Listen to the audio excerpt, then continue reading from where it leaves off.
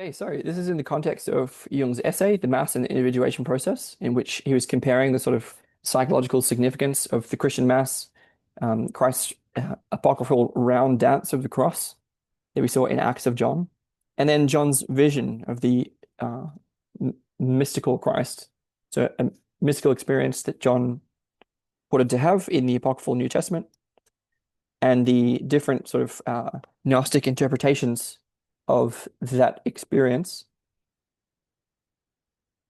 and the dynamics that followed from that, according to Jung. So basically, we then quoted from Peter, Acts of Peter, which was about Peter's crucifixion. It had to do with the symbolic significance of the cross in connection with what Jung calls the self, the psychic center of the total human, which is between conscious and unconscious and can only be described through antinomy or paradox, paradoxes of opposites. So is indefinable in a certain way. And so we were talking about this in the context of John's vision of these mirrored crucifixes, the higher and lower crucifix, and where the temptation is to sort of identify with the higher crucifix, or what Jung called the self. So for the ego to identify with the self makes it run the risk of inflation. We were talking about how to account for the risk of inflation while preserving access to gnosis in the context of group practice. And then we were talking about Jung's sort of general diagnosis from that point, that like following on this, the topic of revelation that we've been discussing and the psychological significance of the crucifixion in connection with the archetype of the self, that we've been cut off from our roots. We've been cut off from the unconscious. And the modern condition is one of propositional tyranny, being deceived by our words, which we take to be reality, which are in fact not reality.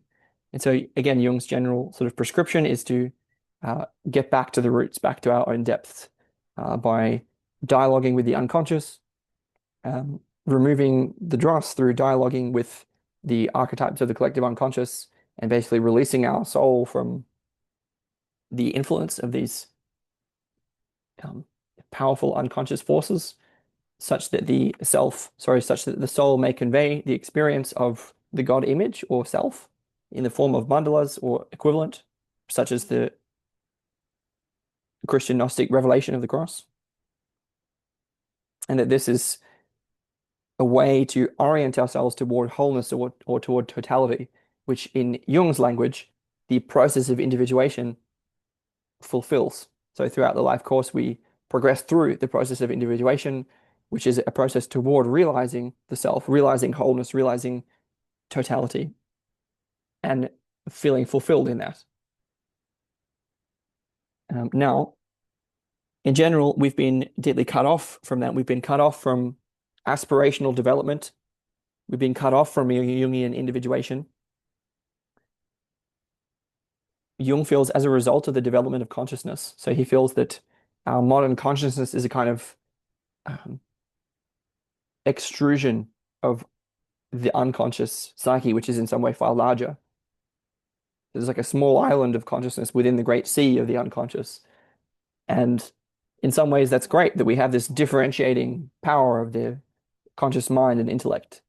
But we've been cut off from our roots, and sort of enamored of the logos in such a way that we've been very seduced by our words.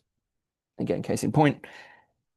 And so Jung's basic diagnosis that we see running all the way through his work is to say, great that we develop this sort of modern consciousness that we have, but can we reconnect with our roots without making a regression, while preserving the gains that have been made?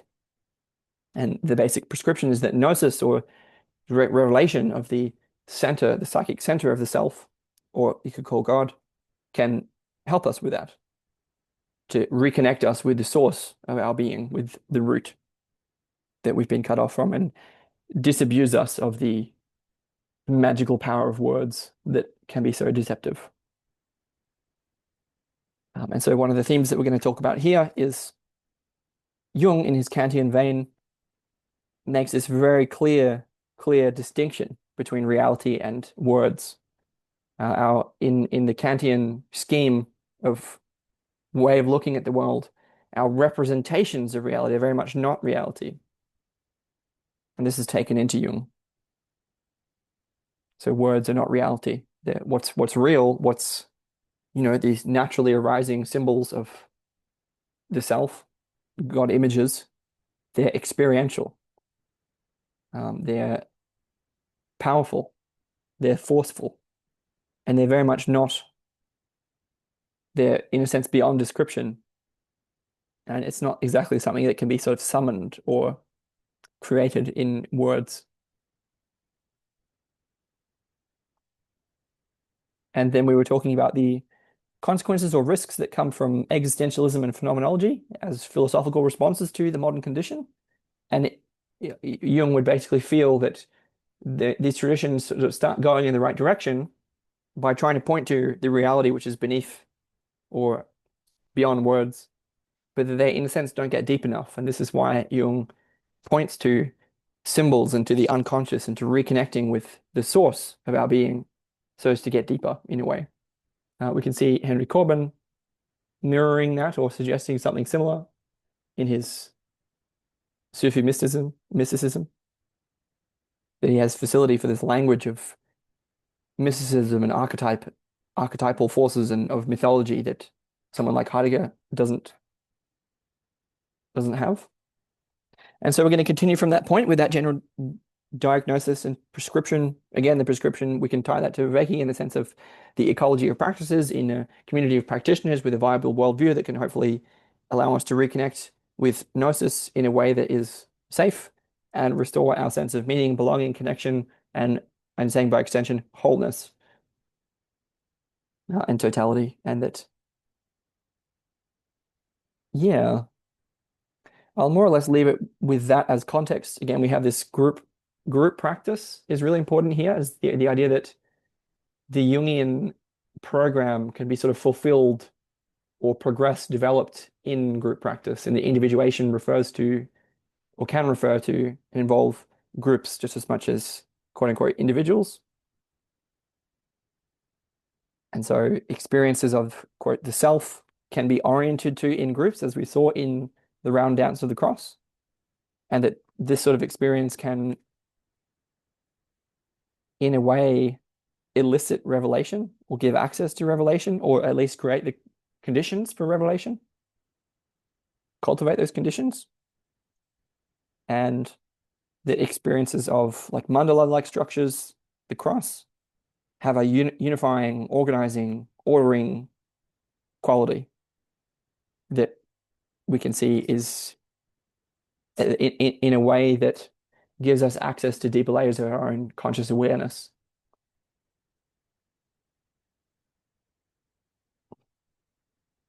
I realize that's all rather a lot, but this is in the context of several other videos on this topic. So I might continue from here. There's not that much to go, but then again, it is Jung that we're talking about here. So let's see what we can find. So in paragraph 443 in this essay, The Mass and the Individuation Process, Jung says, this rupture of the link with the unconscious and our submission to the tyranny of words have one great disadvantage. The conscious mind becomes more and more the victim of its own discriminating activity.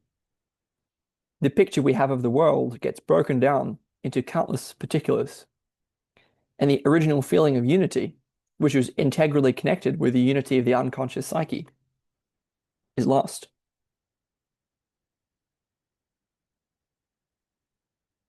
Okay, so again, the most important point here is that our being cut off from the unconscious, cut off from the depths of our own being, is the same, or inevitably goes along with our being cut off with the sense of underlying unity. So we're fragmented. When it's not only that we're fall prey or fall victim to the tyranny of words, but that there's a quality of increasing discrimination. So this multiplication of terms that are supposed to describe and discriminate, but that don't point back to an underlying unity that we've lost. So there's a way that the conscious mind is its own victim and that the sense of unity is lost. So then he says, this feeling of unity in the form of the quote correspondence theory and the sympathy of all things dominated philosophy until well into the 17th century, and is now, after a long period of oblivion, looming up again on the scientific horizon thanks to the discoveries made by the psychology of the unconscious and by parapsychology. So obviously here he's referring to stuff about synchronicity, and this gets us into a bit of a thicket, which I will, conveniently avoid here for the moment. But we can see why I think, Freud discovering the unconscious, and I mean, again, there's a great book on that, The Discovery of the Unconscious by Henri Ellen-Bourget, which talks about how the notion of the unconscious preceded Freud for a long time, and that he was able to put it into respectable scientific clothing that help us to understand that there is an unconscious. We can see the profound value of that, and we can see why, in fact, people might be interested in quote parapsychology, the whole all these different topics that we see in the New Age pseudosciences that let's say just derive from other traditions like astrology. People are interested in these because they point back to the underlying sense of unity that science has obliterated.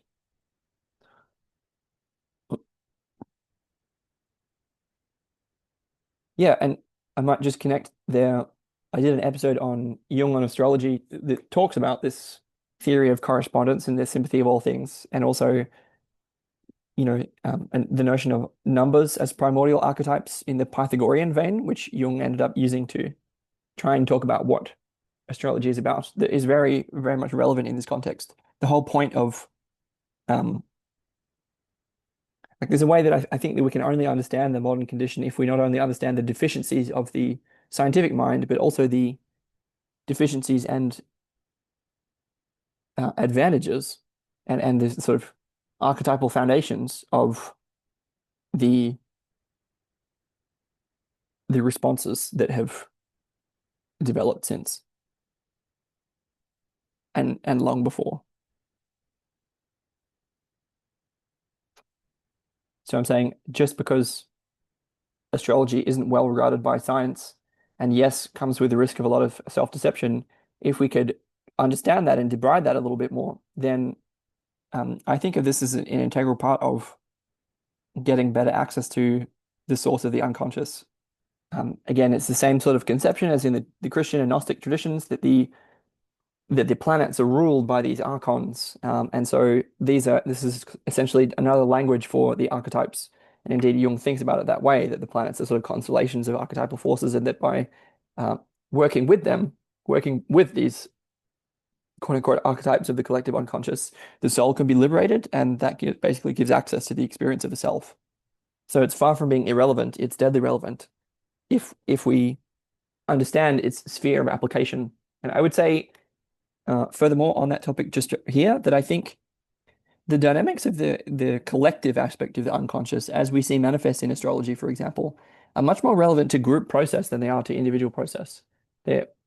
It's not so much about using astrology to define individual personality, because I would say that there are more satisfying models of personality that are available. But I think when we start working with groups, the relevance of the collective unconscious and the archetypes that govern it um, are reasonably viewed in an astrological lens and also in other lenses, especially when we start talking about ritual,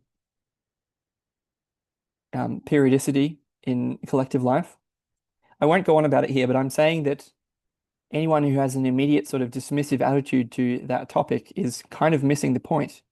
And it's not that they're not wrong. Of course, there's a great deal of, you know, crappy thinking to debride anything useful from. And I'm by no means denying that.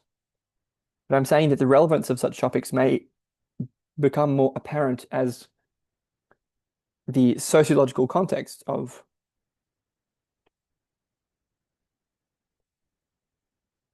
the developments of conscious and unconscious spheres of life changes and reveals itself. As our way of life changes back towards more a community-oriented way of life, then these dynamics are going to be more and more at play, more and more obvious. Anyway, I'm just going to continue. Jung says, the manner in which the unconscious forcibly obtrudes upon the conscious by means of, quote, neurotic disturbances is not only reminiscent of contemporary political and social conditions, but even appears as an accompanying phenomenon. Okay, so again, for Jung, this is written around the time of World War II. So he's saying that there's this massive correspondence between what's happening in the psyche and what's happening in the world. This is what they mean by correspondence here, and that's why it's connected to synchronicity, for example. So he gives the obvious example in World War II, quote, in both cases, there is an analogous dissociation. In one case, a splitting of the world's consciousness by an iron curtain, the wall, the wall in Berlin, the wall in Germany. And in the other, a splitting of the individual personality. This dissociation extends throughout the entire world, so that a psychological split runs through vast numbers of individuals who, in their totality, call forth the corresponding mass phenomenon. Okay, so the point here that Jung is suggesting is that there is a center of conscious awareness that we are not often present to, which Jung calls the self. And it's a totality. It's the totality of us. And when our conscious life, when the life of the ego only expresses a part of that totality, namely when we are split, when we repress or deny an aspect of our totality, then it has to express unconsciously. And this is essentially the source, a great source of conflict, of war, of violence. And so this is the great relevance of Jungian theory, is that when we are cut off from our unconscious, when we're split within ourselves, when we deny our totality, when we don't choose to support ourselves, to express who we are, then the consequences are not good. The consequences are the chaos that we see and expect today, just as in World War II. So the collective psyche has a compensating quality. When we don't express our own wholeness, when we don't realize and live our wholeness, that which we do not live expresses itself in unconscious form, which is far, far more dangerous.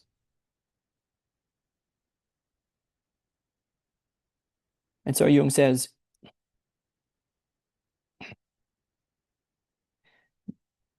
in the one case, a splitting of the world's consciousness by an iron curtain, and in the other, a splitting of the individual personality. This dissociation extends throughout the entire world, so that a psychological split runs through vast numbers of individuals who, in their totality, call forth the corresponding mass phenomena. In the West, it was chiefly the mass factor, the collective aspect of the psyche, and in the East, technology that undermined the old hierarchies. We just move on from that. The cause of this development lay principally in the economic and psychological uprootedness, the uprootedness of the industrial masses, which in turn was caused by the rapid technological advance. But technology, it is obvious, is based on a specifically rationalistic differentiation of consciousness, which tends to repress all irrational psychic factors. So again, this is so insightful. This is like, hey, well, I mean, it's in a way it's pretty obvious, but the whole point is that the rapid development of our technology, which we see, for example, since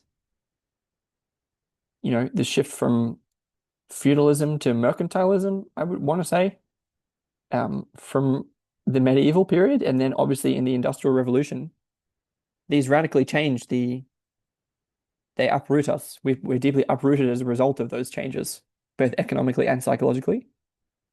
That is a direct result of those technologies. And those technologies themselves are already an expression of the split. They already, the technological mind represses the unconscious, and it's based on engineering, rationalism, science. It's this kind of I'm not wanting to hang too much on engineering here, but the point is, and I've talked about this in depth in the psychological type series, this stems all the way back from the development of stone tools, and since the time when we started to work with technical intelligence tool making, that radically changed our consciousness. We were split off, we were cut off from not only nature but our unconscious mind, the true depths of who we are, and that has the consequences that we see, namely that there is an unconscious compensating factor that leads to chaos and violence. As Jung says, hence there arises in the individual and nation alike an unconscious counterposition, which in time grows strong enough to burst out into open conflict. The same situation in reverse was played out on a smaller scale and on a spiritual plane during the first centuries of our era, when the spiritual disorientation of the Roman world was compensated by the eruption of Christianity.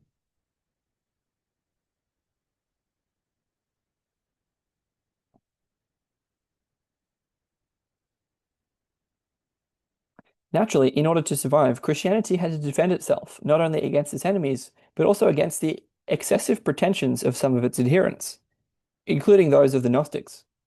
Increasingly, it had to rationalize its doctrines in order to stem the flood of irrationality.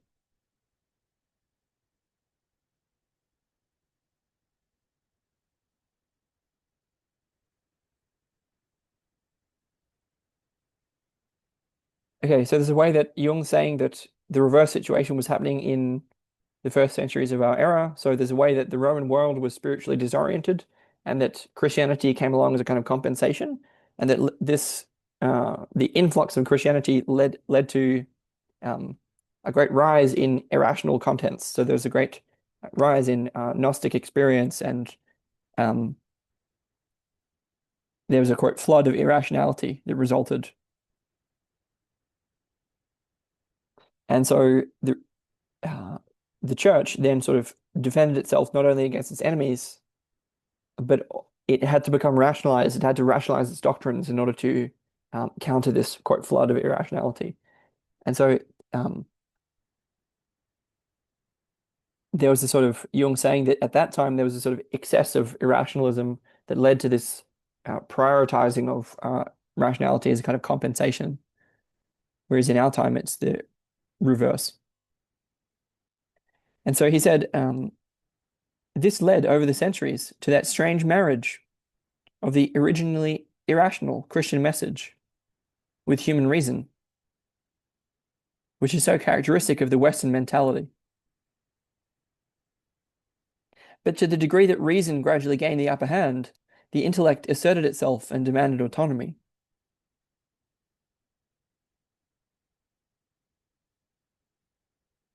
And just as the intellect subjugated the psyche, so also it subjugated nature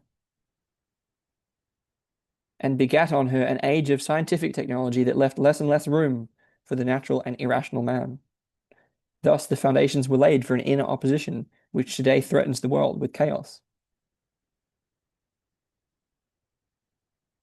So Jung is saying that the dominance of reason went along with the dominance of the intellect as a faculty, and that this had one of the consequences of that was that the irrational, which includes such things as the unconscious, nature, the psyche, are all subjugated and repressed, or at least downplayed.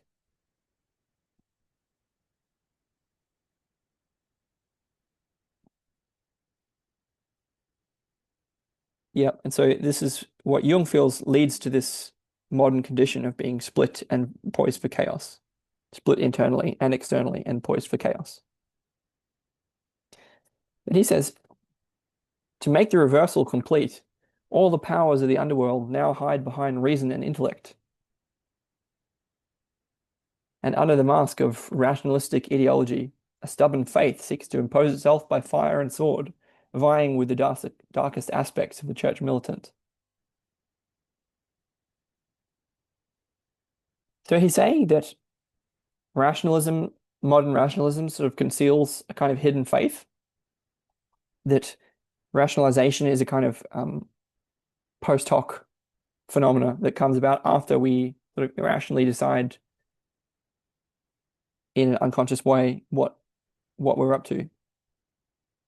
So rationalism, according to Jung, is a kind of thin veneer,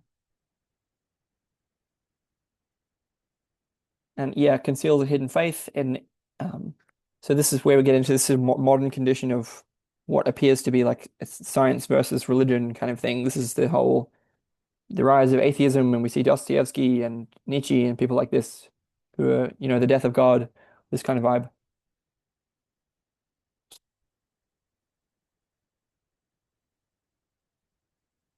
Yeah, so the darker parts of the church and the darker parts of this rationalistic ideology end up fighting with each other in this science versus religion theme.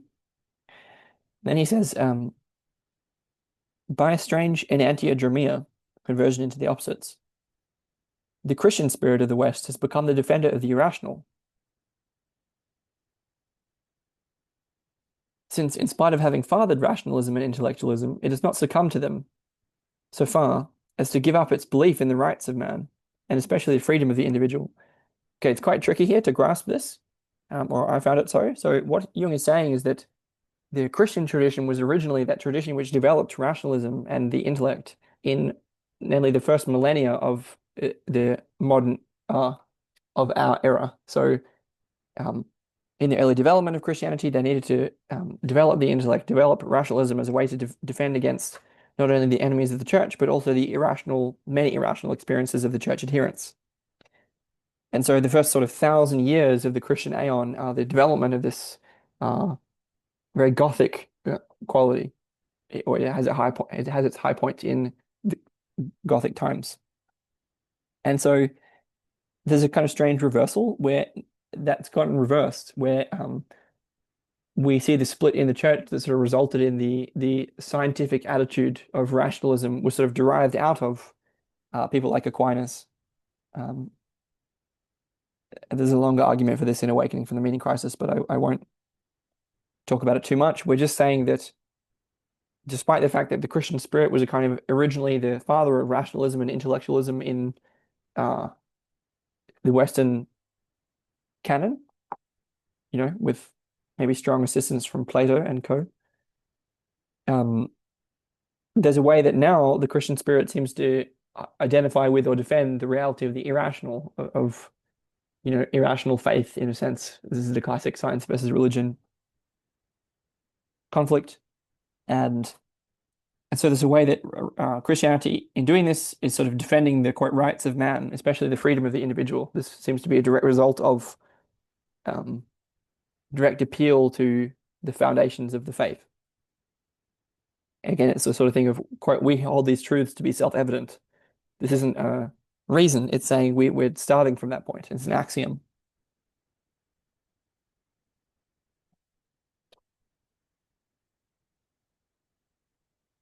or a faith. And so Jung says, but this freedom guarantees a recognition of the irrational principle, despite the lurking danger of chaotic individualism. By appealing to the eternal rights of man, faith binds itself inalienably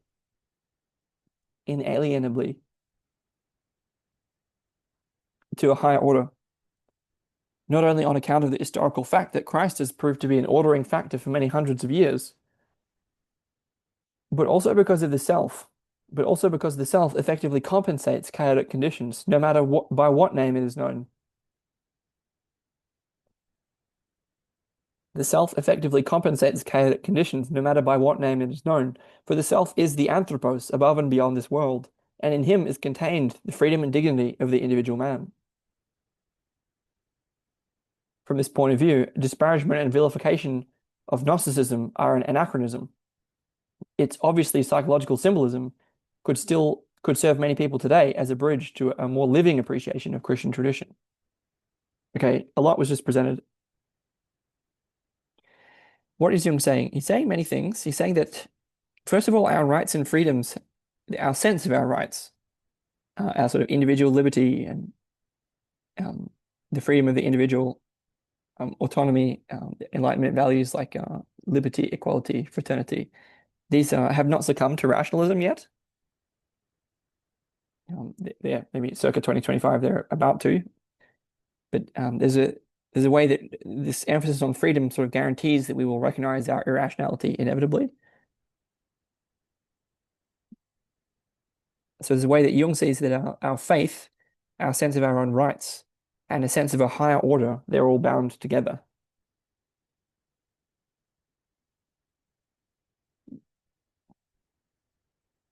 yeah, as you said, by appealing to the eternal rights of man, faith binds itself inalienably to a higher order. And that higher order is not only the power of Christ to sort of straighten things out as he did, but there's also a way that the self as a symbol, another symbol for the self other than Christ is, quote, the anthropos, or the perfect man in a way, the higher man, which is, quote, above and beyond this world. And that is, in a sense, the source of our freedom and our dignity. It's our sense of our higher uh, nature. And it's Gnosticism that originally gave us that sense, according to Jung. There's a way that to disparage or vilify Gnosticism seems to contradict the fact of our sense of our dignity and our freedom and our high nature. It's not just something that we have faith in, it's actually something that we sense, it's something that we feel, it's something that we know in Gnostic terms.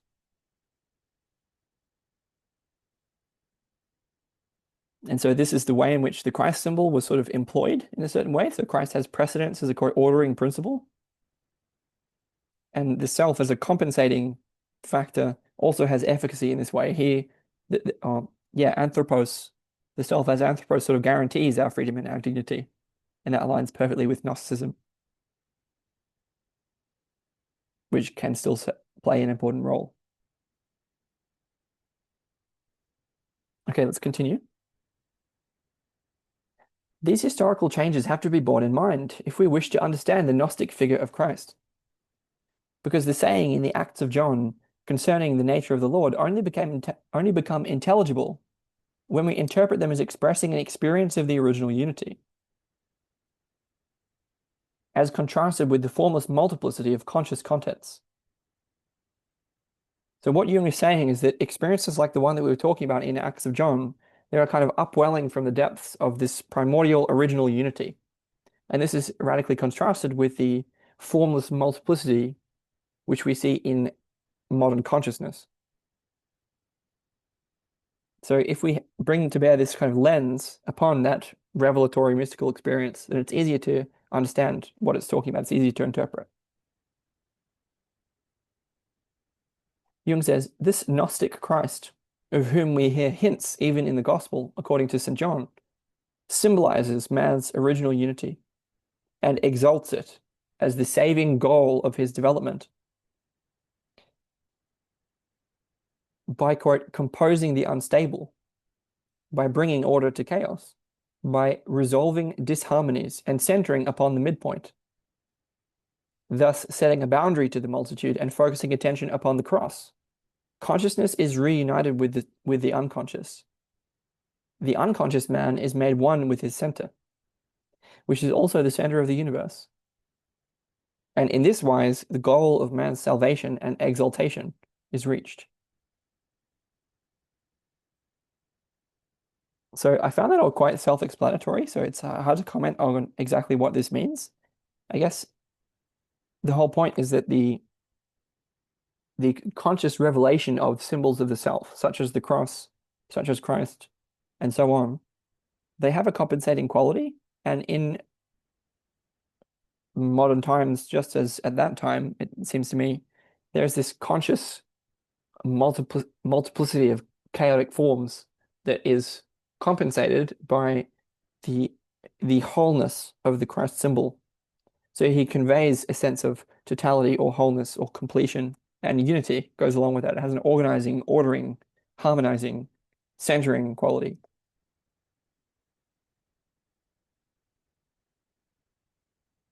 Whereby, quote, thus setting a boundary to the multitude and focusing attention on the cross, consciousness is reunited with the unconscious.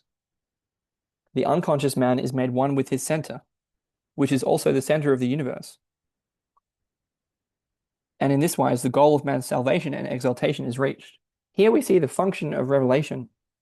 We see and we get a normativity on revelation because it's in revelatory experience that the chaos of the world is ordered. So there's a way that we're made more aware of truth, of the truth of things, of how things really are, that we get oriented in the right way. Quote, and in this wise, the goal of man's salvation and exaltation is reached.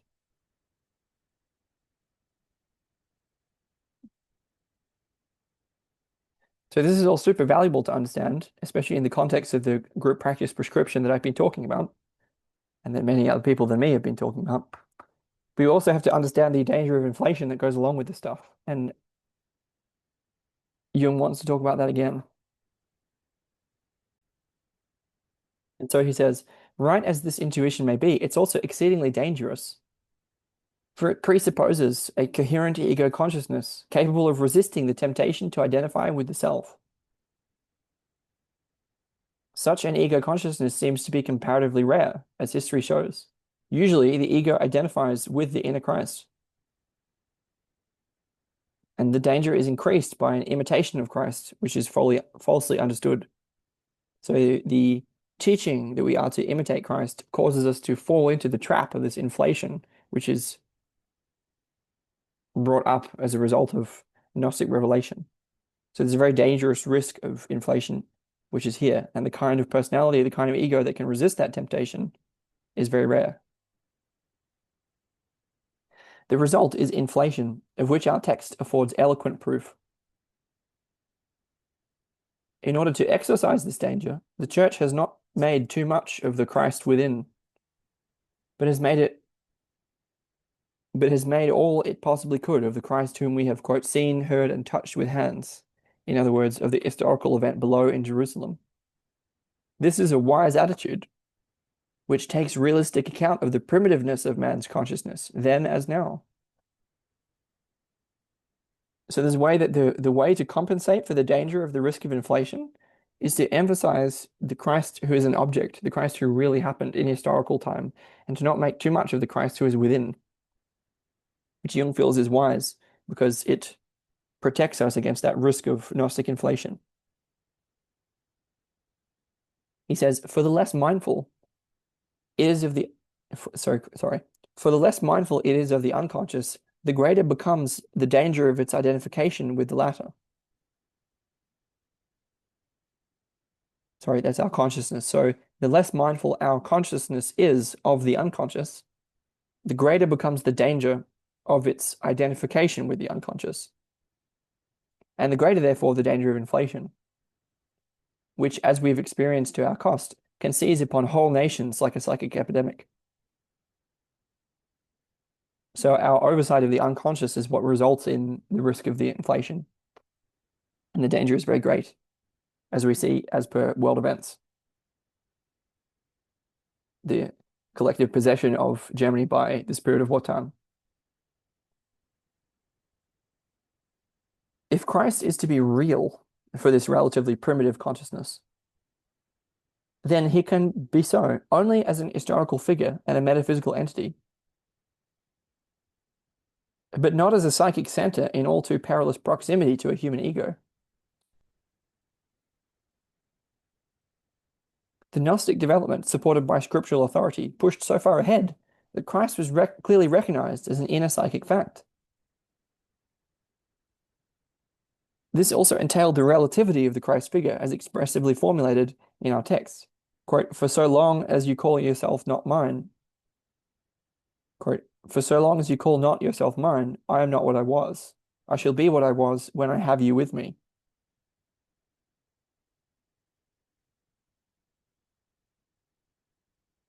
So Jung is here pointing out that if we recognize our inner, if we recognize the inner figure of Christ, it's very easy to identify with him. And so it's very close to home in a certain way. So whereas the Gnostic development sort of pushed on and took that risk,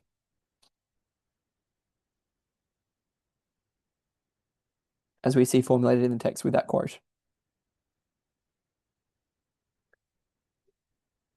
From this, it follows unmistakably that although Christ was whole once upon a time, that is, before time and consciousness began, he either lost this wholeness or gave it away to mankind, and can only get it back again through man's integration.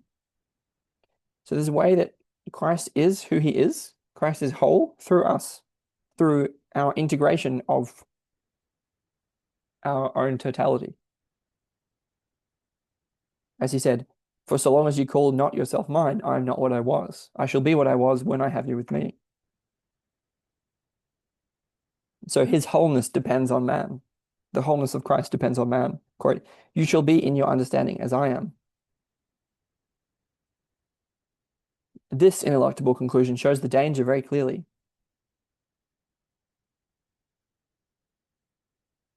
So what danger does Jung feel that this points to? He says, the ego is dissolved in the self, unbeknownst to itself. And with all its inadequacy and darkness, it has become a god and deems itself superior to its unenlightened fellows. It has identified with its own conception of the quote, higher man, quite regardless of the fact that this figure consists of quote, places of the left and right, authorities, archons, daemons, etc., and the devil himself. A figure like this is simply not to be comprehended, an awesome mystery with which one had better not identify if one has any sense. So Jung is pointing to the risk of a kind of superiority complex, a kind of inflation. So this higher man that appears in the form of the Socratic daimonion, of the divine double, of the anima in Jung, or of the higher man, however conceived, that higher self with which one is in relation is duplicitous. It's not perfect and cannot be comprehended. It should not be identified with, and this is the great risk. This is the great risk that Christ's wholeness depends on our own wholeness, and this brings up the great temptation of identifying with him to, or with any of the figures that we encounter. And this is why the work, the practice of dialoguing with the unconscious ends up becoming so important because the risk is so great.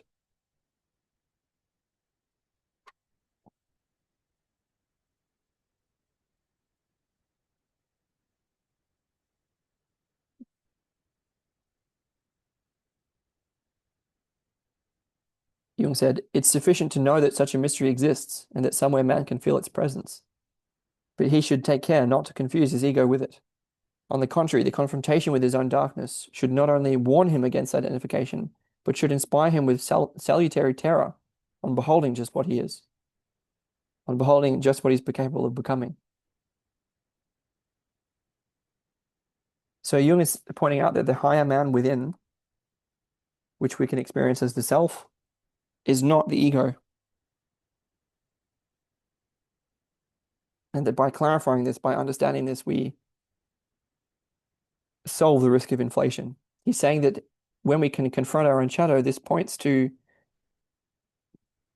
our own darker nature, which is another great risk.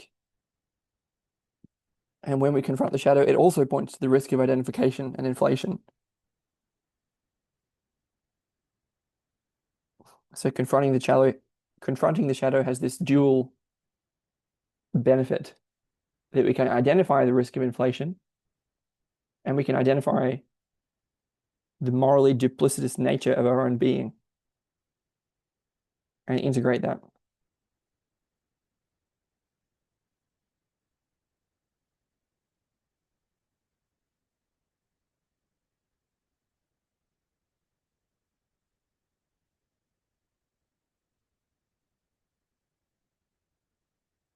As Jung says, it cannot conquer the tremendous polarity of his nature on his own resources. He can only do so through the terrifying experience of a psychic process that is independent of him, that works him rather than he it. And so there's a recognition of our inner duality, which is a deeply healing, therapeutic quality, even though it's terrifying. It's the recognition that our dual or split condition cannot be overcome by the ego. And this is a humbling recognition that defends against inflation, defends against hubris, defends against pride.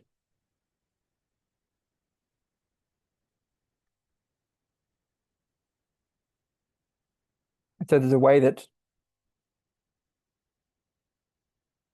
I mean, all this material is so dense, right? But The whole point of this is that when we can recognize this split within ourselves and hold that tension,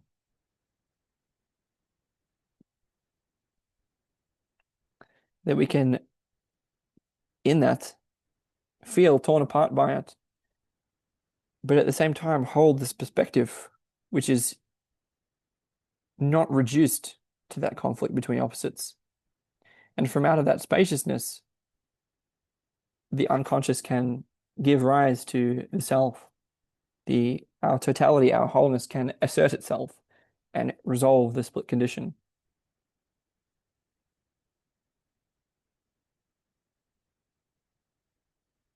So here we've been talking about the limitations of the ego in the context of the risk of inflation that's derived from the Gnostic sense of our divine nature.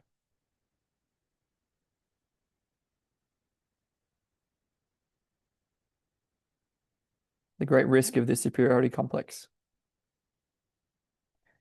And so I think, yes, when we understand that any of these figures, including Christ, are not the total, are not the whole, but they're symbols of that, they point to that. When we can recognize and be with and practice being with our limitations, our shadows, our finitude, I feel that this is helpful to prevent anyone from grabbing the one ring of power.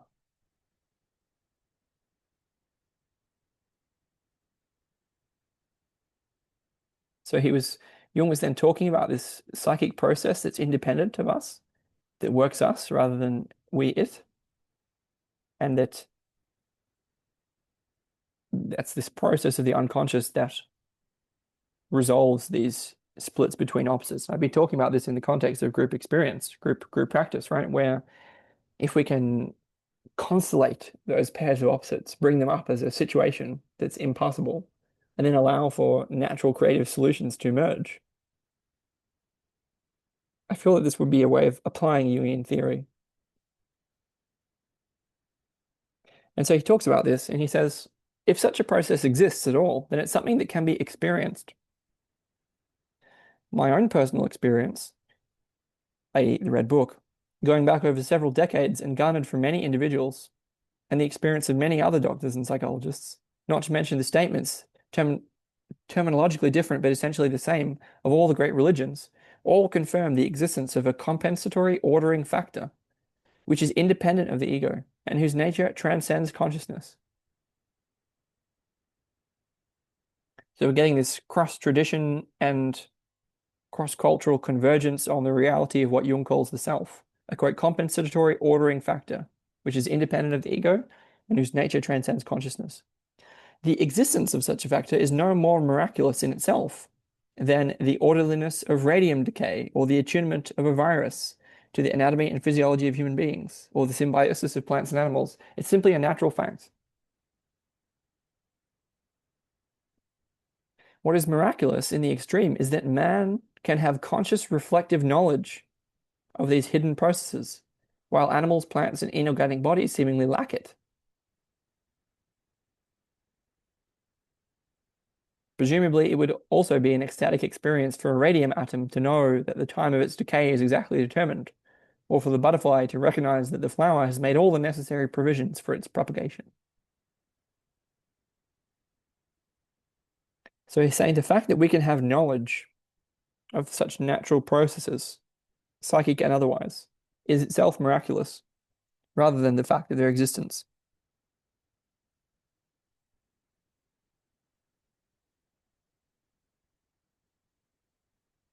We're almost done here. Page 152, the bottom of 154. So it's only 1.5 pages. And he says, the numinous experience of the individuation process is, on the archaic level, the prerogative of shamans and medicine men. Later, the physician, prophet, and priest. And finally, at the quote, civilized stage of philosophy and religion, the shaman's experience of sickness, torture, death, and regeneration implies at a higher level The idea of being made whole through sacrifice, of being changed by transubstantiation and exalted into the pneumatic man, in a word, of apotheosis.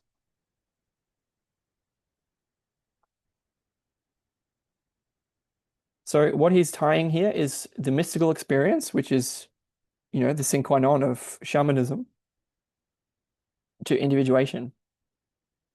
So there's a way that the shamanic themes that we see in Michel Eliade and others of death and rebirth, sickness, torture, dismemberment, regeneration, resurrection, initiation, all of this is tied to mystical experience and to the individuation process and to the dynamics that Jung is talking about. So there's a common process that runs through all of this. I would then, just in passing, note that, yeah, I mean, for me, there's pretty obvious tie through Gordon Wasson and others from the functionality of shamanism and entheogens that is quite obvious. I mean, this is how it's done worldwide, and certainly it's not the only way, but it's the most powerful and reliable way. Anyway, that's the side point that's not in Jung. And then he says, the Mass, the Catholic Mass, is the summation and quintessence of a development which began many thousands of years ago. And with the progressive broadening and deepening of consciousness, made the isolated experience of specifically gifted individuals the common property of a larger group. So he's saying that the Mass expresses the same dynamic, and that these mystical revelatory experiences gradually became the property of a larger group. And he gives an example of this. The underlying psychic process remained, of course, hidden from view and was dramatized in the form of suitable mysteries and sacraments. I would call these fake sacraments. These being reinforced by religious teachings, exercises, meditations, and acts of sacrifice, which plunge the celebrant so deeply into the sphere of the mystery that he is able to become conscious of his intimate connection with the mythic happenings. Complicated way of putting it, but he says, thus in ancient Egypt, we see how the process of Osirification, becoming like Osiris, was originally the prerogative of the pharaohs, but it gradually passed to the aristocracy, and finally toward the end of the Old Kingdom of Egypt to the single individual as well. So he's talking about the democratization of enlightenment. He's talking about how this emphasis on the value and divine worth of the individual resulted in a very long process that's detailed in Eliade, in Peterson, in Campbell, in others, Neumann, that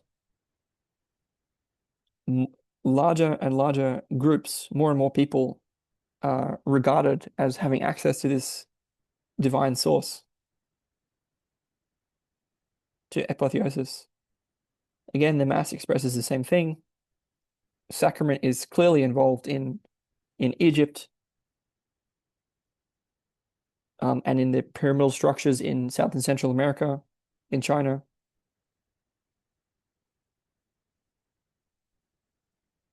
In India through Soma.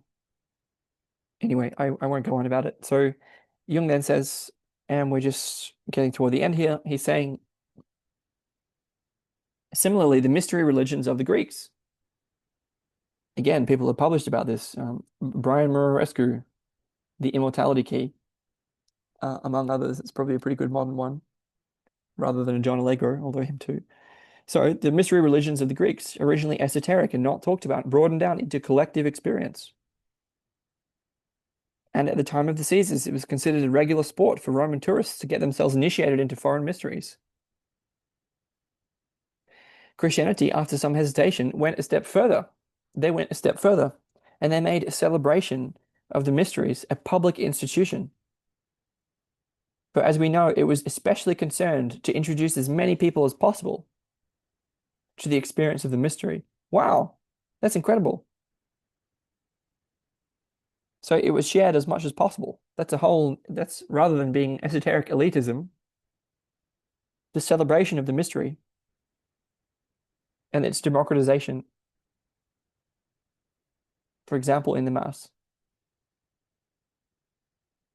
So sooner or later, the individual could not fail to become conscious of his own transformation and of the necessary psychological conditions for this, such as confession and repentance of sin. The ground was prepared for the realization that in the mystery of transubstantiation, it was not so much a question of magical influence as of psychological processes, a realization for which the alchemists had already paved the way by putting their opus operatum at least on a level with the ecclesiastical mystery, and even attributing to it a cosmic significance, since by its means the divine world soul could be liberated from imprisonment in matter. So he was saying not only was the mystery, the divine mystery, which is at the center of all this, not only was it shared as much as possible, but we became conscious of that mystery as our own transformation and with our own capacity for transformation, with all the attendant conditions that went along with that. The mystery was thus realized as an inner process, a psychological process, which alchemy paved the way for. And it through alchemy and I would say also the Gnostic tradition, Hermeticism, and so on, came also to attain a cosmic significance to this stuff because it's not just about the liberation of the individual; it's also about the liberation of the world soul. And again, we can see that in the sense that the self is a transjective center of conscious and unconscious, and so it's not just about liberation of the so quote unquote subjective individual, but it's also about the quote liberation of the world soul, or what I would call the collective aspects of the soul. So yes, alchemy prefigured this. And then he says, as I think I've shown, the philosophical side of alchemy is nothing less than a symbolic anticipation of certain psychological insights. And these, to judge by the example of Gerard Dorn, were pretty far advanced by the end of the 16th century.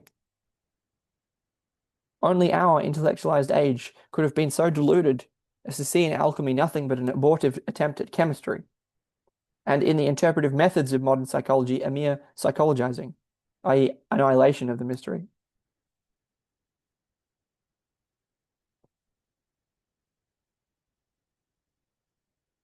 Just as the alchemists knew that the production of their stone was a miracle that could only happen, God willing. So the modern psychologist is aware that he can produce no more than a description, couched in scientific symbols, of a psychic process, whose real nature transcends consciousness just as much as does the mystery of life or of matter. Jung is saying in the same way that the alchemists knew that the production of their philosopher's stone was a miracle, well, in the same way the modern psychologist can only point to this natural psychic process, but it can't be explained or reduced. Quote, at no point has he explained the mystery itself, thereby causing it to fade. He has merely, in accordance with the spirit of Christian tradition, brought it a little nearer to individual consciousness.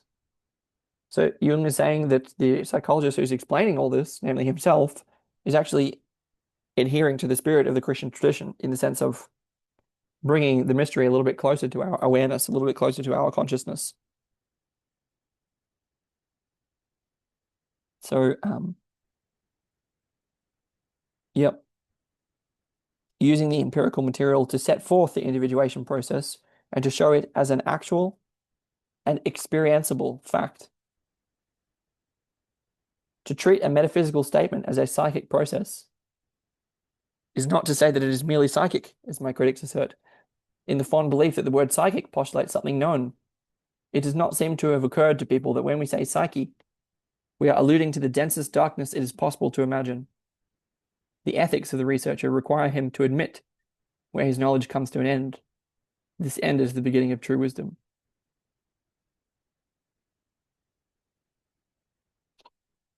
And that's the end. So just to summarize at the end here, he's saying that alchemy prefigured this process of the psychological realization of the individuation process.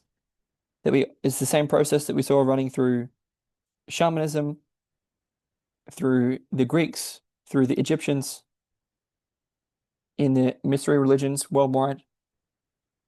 That the mass expresses this, that it was increasingly democratized. I made the link to psychedelia. That's quite obvious, to Sacrament. to the celebration and democratization of the mystery, making it available to as many people as possible. That we became conscious of our own capacity for transformation and the attendant conditions that were required to go along with this. Again, alchemy prefigured that the goal and significance of that process ended up being the liberation of the world soul from matter, not just the liberation of the individual soul. And hence that alchemy is the same process of transformation or expresses that same process. As modern people, we really do not understand the significance of that tradition in that sense. The Philosopher's Stone, just like the self, is miraculous in nature. The psychologist sets this forth as empirical and actual and available to our individual experience. I might mention in passing the MEQ 30 mystical experience questionnaire that, like, this is now, as per psychedelic renaissance, there is a wealth of scientific evidence to support the underlying process that Jung is pointing to, namely the fact of transformative experience in the specifically mystical experience, how that's tied into it's the notion of religious conversion that William James talked about in Varieties of Religious Experience. It's the basis of the success of Alcoholics Anonymous. It's the most successful treatment of addictions like smoking or of depression. It's deeply tied to transformations in personality as per the empirical data on mystical experience, namely an entire standard deviation in trait openness into, like, we who is it John is talking about? I forget the name of the researcher just now, but basically by many objective measures, the lives of people who report such experiences get objectively better. And so it's deeply tied to the process of individuation, to individual development. We can see how it plays out in collective development through processes like the mass that we're very much missing. And I think from there, there's a clear normativity on getting all of that back with the guardrails that are required to avoid the risk of inflation by understanding, in case it's news to anyone, that we're not Christ, nor are we any of the other figures that become available to identification.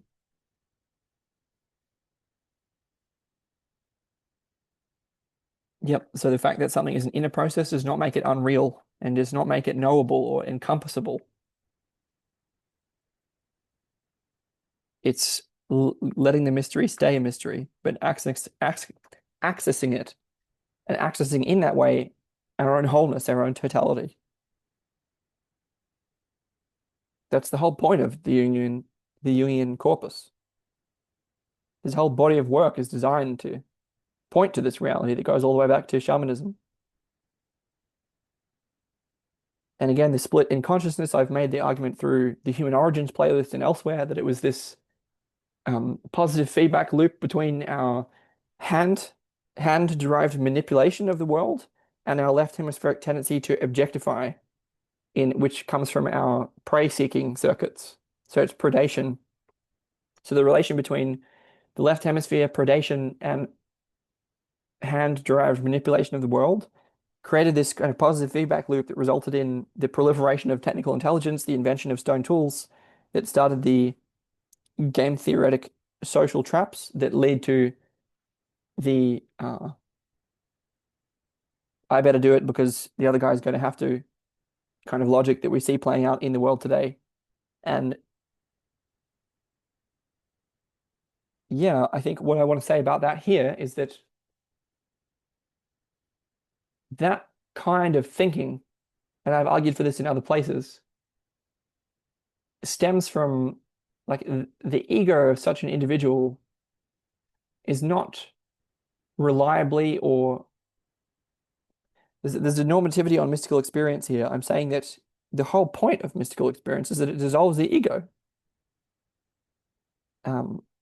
It's about the whole tribe. It's about the interconnectedness of everything. It's not about mine. It's not about possessing. And so there's a way that I feel that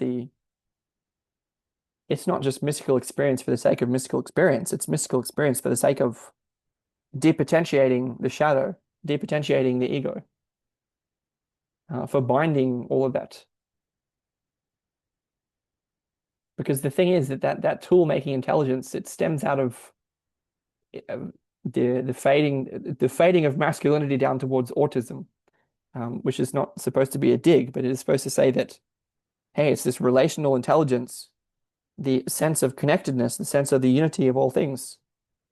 It's I mean it's useful apart from anything else.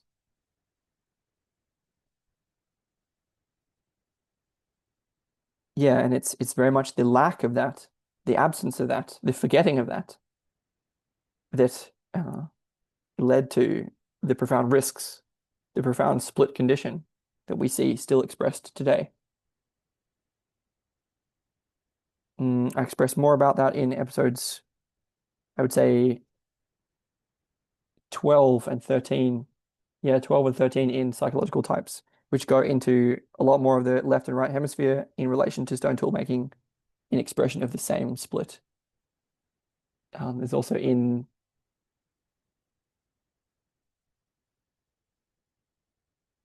I think I forget which episode. I think it's in Refracting the Loom, which might be episode 22, talking about the this different varieties of mystical experience that I feel are necessary for sustainable culture in the context of this sort of